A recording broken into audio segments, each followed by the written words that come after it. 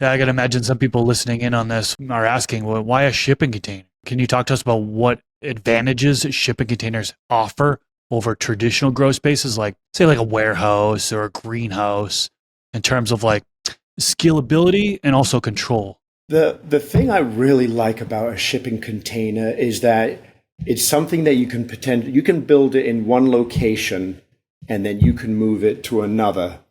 And typically, when you have a warehouse, they retrofit a warehouse. They put the HVAC, the equipment on the roof, they build out the rooms, and a lot of that build out is really then tied into the building itself.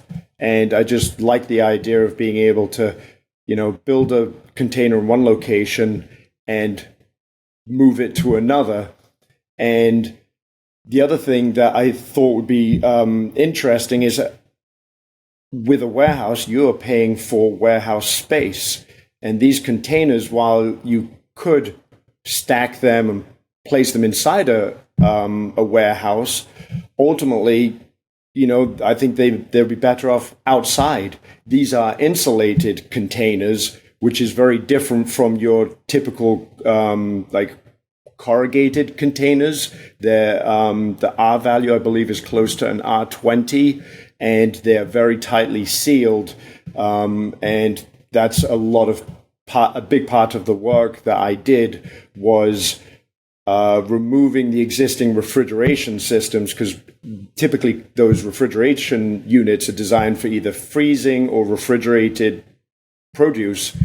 And I basically tied in consumer-based, efficient mini split, tied in with the air circulation system in order to produce what I think is it's a really almost the ultimate grow system, because it also is not dependent on environmental factors, because a lot of people it depends on their outside environment and where they live as to the effects of what you have inside your grow environment.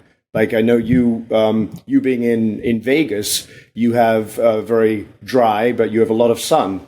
And here in Massachusetts, we have temperatures that can be 0 in the winter and 100 in the summer. The humidity in the winter is 15%, and in the summer, in the early mornings, you're hitting 100%. So my whole thing was, how can I have something that really doesn't matter what the outside environment is? I can dial in exactly the environment that I want. And I typically, given that I use CO2, I usually will run low 80s during the day, which I actually run at nighttime. At nighttime, it drops down to 70 degrees, and which is typically the daytime. So when you have the heat of the sun, which obviously still impacts the container, it's nighttime. Even though it's cooler, it's not having to deal with the heat of the lights. But then at nighttime, when it is naturally cooler and the lights are on, it's daytime to the plants. So again, it's all about, to me, efficiency and convenience. I'm not wanting to automate. I mean, I still love to go and look at the plants and see how everything is going. But again, for a lot of the time, I'm just not able to get in there. So I'm just remotely monitoring and controlling everything. This clip is brought to you by VivoSun. Use discount code MrGrow15 to save on any of their gardening products. Go to the full episode by clicking the outro card here, or click the link in the description section below. Catch you in the next video.